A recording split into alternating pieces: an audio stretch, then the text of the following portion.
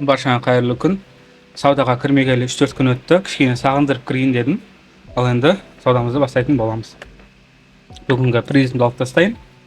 Бонус беріп жатыр екен маған күнделікті. Так, все.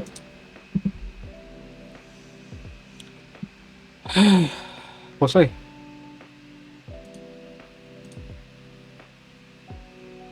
Ал енді саудаға кірсек.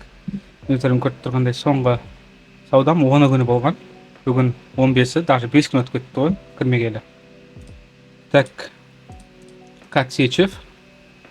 Міне биржевой котировкасы. 5 минуттық таймфреймді ашам.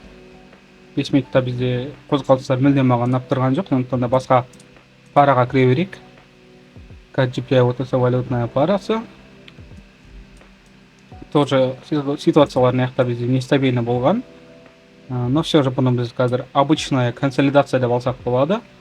Нарықта бізде минимум бар. Осы минимум ликвидностьін бізде баға шешу керек. Нарықтарда бізде ликвидностьтардың барлығын баға шешіп, төмен қарай откат алған.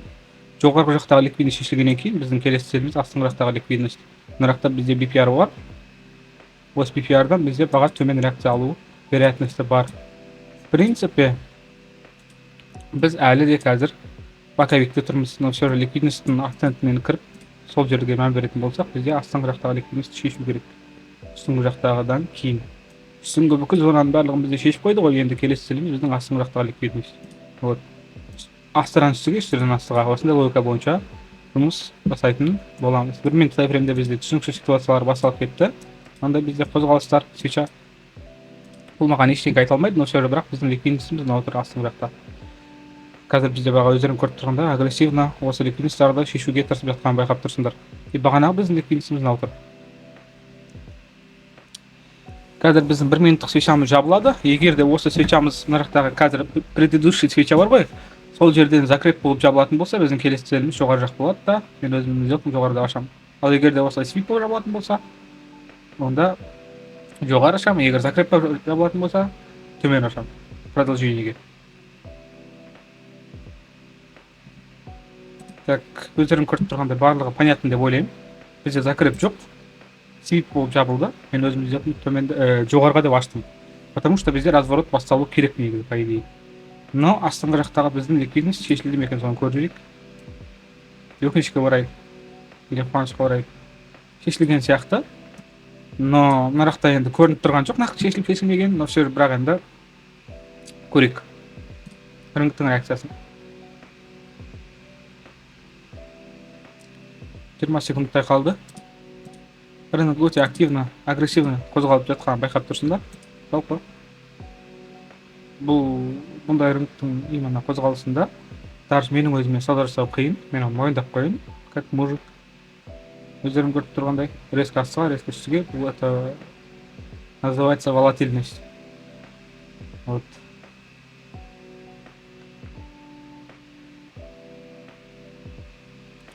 Түсінікті.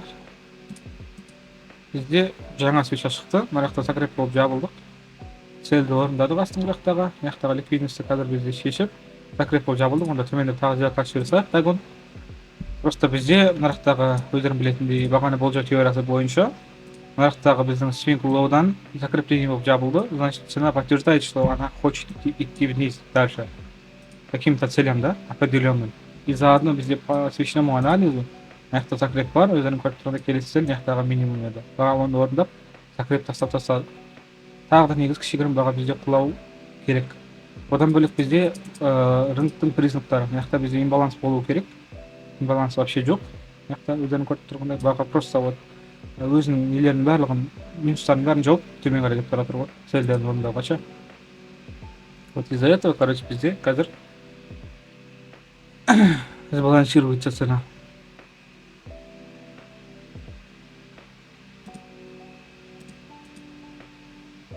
Бізде 5 минут таймфреймде өздерің көріп тұрғанда имбаланс бар. Осы зонаны қазір бізде толтырып жатқан екенбіз. Из-за этого бізде баға төмен қарай құлады. Бір минус, бір плюс болды. Так, значит, бізде бағана ашқан дагонымыз не работает. Бізге тағы да екі сделка ашу керек, чтобы дагон болу үшін. Давайте басқа параға кіре салайық. Мен үлгерем деп ойладым соңғы секундта, но все же енді бірақ бір минус, бір плюстың өзіне рахмет. 5 минуттық таймфрейм бізде баға стремительно өсіп жатыр. Бірінші целіміз очевидно біздің аяқтағы хай, жақтағы максимум. Баға оның ликвидностін шешті өздерің көріп тұрғандай. И дальше қазір құлап бара жатыр.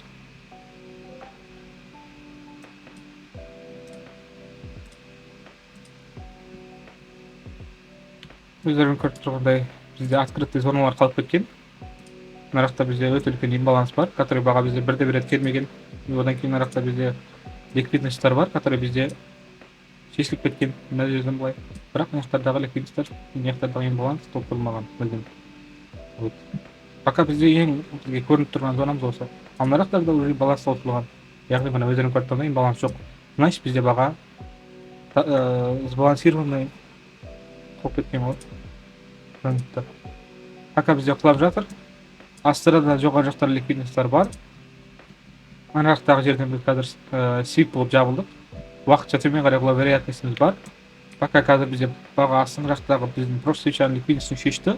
Тура осылай жабылатын болса, мен жоғарыда өзім зерттеп ашатын боламын. Хотя бы мынаяқтағы біздің максимумға шейін қазіргі. Келесі свечаның целі сол болады да, короче, сонда. Закреп болып жабылатын болса, аяқтан онда вообще зор. Закреп болып жабылды. Жоғарыға деп бір сделка ашам. То есть екі сделка ашам. Бағанағы біздің нені вагонды қосқан кезде баға закреп болып жабылды. Одан бөлек астыңғы жақтағы ликвидностьті шешіп кетті. Өздерің көріп тұрғандай. И қазір енді баға дальше өзінің жолын жоғары жалғастыру керек. Өзінің жоғары жақтағы целдеріне шейін. Егер де уақытша pullback, яғни откат болмаса. Негізі ең четко сделка сендер үшін аяқтағы біздің ордерблоктан сделка ашу. Осы жерге отложенная сделка қойып қоятын болсаңдар, баға келген кезде касание болып, осы зонаны жоғары қарай кетіп қалады. Мен қазір ең рискованный жерден аштым. Ну, все же это не имеет значения, короче. Мына келді қазір біздің почти.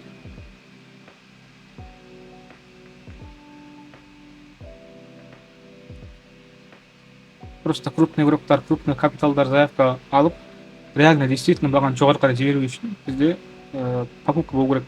Покупка именно осы ордерблоктың зонасында болады бізде. Или брейкер блоктың зоналарында болады.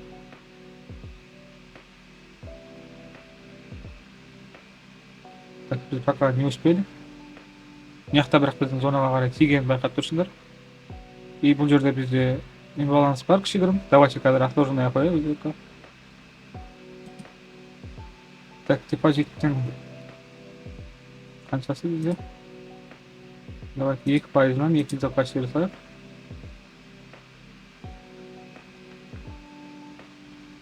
Хорошо. Не алмайтын сияқты. Бұлар жасайық қазір қараңдар.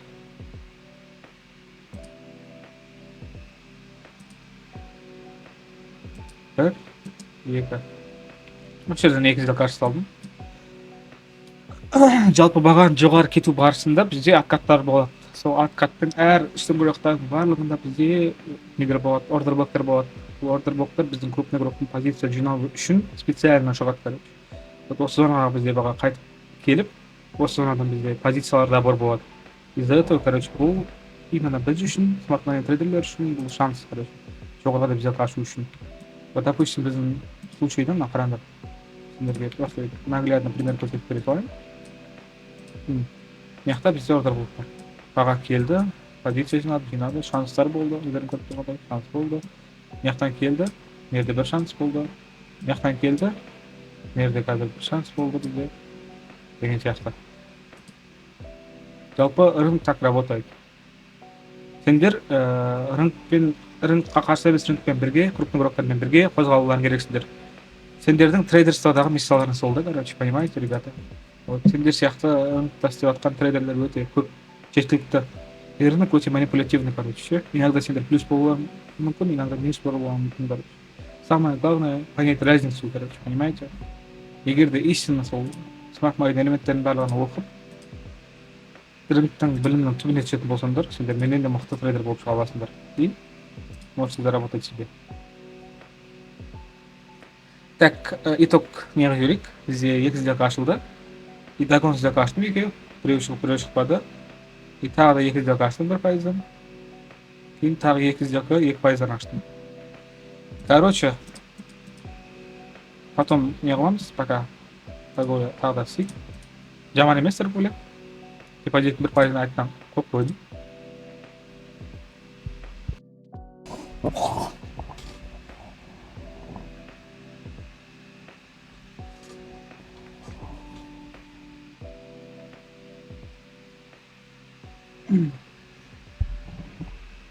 Так, давайте use нотасы валютная парасы. Ешнеке жоқ. Оңай Россия нотасы валютная парасы.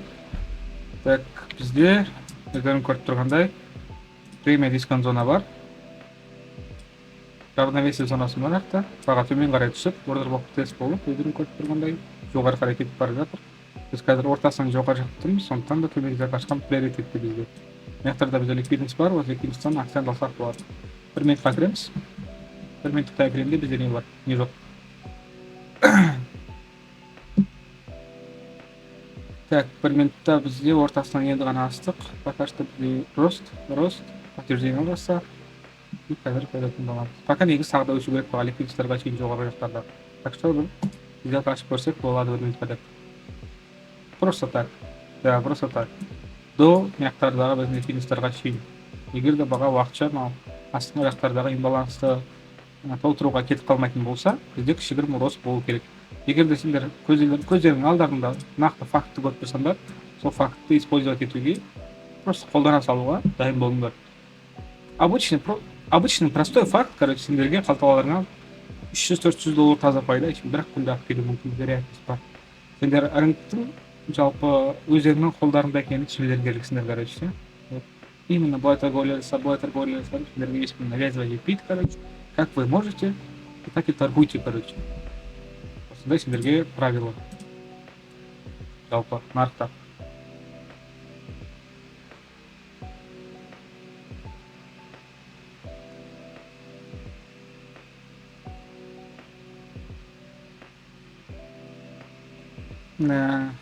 Я думал, что мы не успеем, но все же факт есть факт. Бізде гарантированный факт бар. Ол біздің бағанағы жоғарғы жақтағы көрсеткен ликвидность, да? Ол ликвидность факт. Ликвидностьке бағаның баруы ол тоже факт. Баға просто вот сол ликвидность үшін ғана жүреді ғой негізі.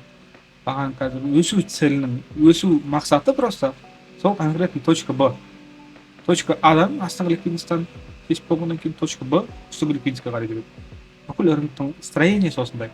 Егер осы понятияны біліп тұрып сен табыс таппасаң нарықта, онда не істемеймін, сен сабайын ба таяқпен? Неге осыны түсінбейсіңдер, айтшы? Оны түсіну үшін кішкене маған мен үңілу керек қой, мен психологияны үңілу керек, мен неге именно олай айтамын, соны сезініп көру керек. Оны сезініп көру үшін өздерің торговлясыңдар. Я вам говорю, 8 жыл трейдингте майна сорпасын ішіп майна асатын болсаңдар, сендер менен өткен трейдер болып шығасыңдар. 8 жылдың жартысынан көбісін мен дилетант болып, қолдан келмей, баш атқан кезде, құр осылай өткіздім. Енді уақыттың аты уақыт. Бірақ опыттың аты опыт. Жалпы, на самом деле, табыс табу оңай емес. Негізі, табыс сақтап қалу қиын. Табысы, қолыңда тапқан табысын сақтап қалу қиын. Әрқайсымызда психологический не бар ғой, установкалар бар деген сияқты. Сонда барлығын жұмыс жасауға тырысу керек. Қазір сен просто зеленый кезде, басында дым жоқ, сен қазір миыңда түк жоқ кезде, ойың бәрі сенің ақша ғой. Иә, мен оны түсініп тұрмын, просто ойың бәрі ақша. Ойың бәрі ақша кезде осы мотивацияңды, осы гормоныңды, дофаминіңді сен дұрыс пайдалана білу керексің. Темірді қызғанда соқ демексің, қызып тұрған кезде, сен білім алып, үйреніп қалу керексің, қазірше. Кейін жүрсең, ол қала береді. Мен жолдас балдарымда болды, мен таныстарымда болды, кейін оқимын, қолымда тұрған нәрсе қойым, ана қой деп жүре берген. Қазір уақыттар өтіп кетті, қайтып оқуға энергиялар да жоқ, уақыттар да жоқ. Семейный проблема ағылмауы, бүкіл проблеманы тастап, бүкіл ойдағы артық мәселені тастап, білім алуға ұмтылып кетсек. Аллах тағала саған жеріп тұрған адамы тұр алдында, мысалы сөйлеп ше, білімнің кілті тұр көз алдында. Сол білімді тегін неге алмасқа? Айтшы. Мүмкіндік қой бұл негізі. Құдайдың беріп тұрған бір саған сыйлығы ғой. Соны дұрыс пайдалана білу керек та, егер түсіне алсаң соны айтқан нәрсені ше. Так, пока что бүгін келші қанша табыс тапқанымызды көреміз. Азын аулақ бір тиын тебен болса да мен қуанатын едім негізі.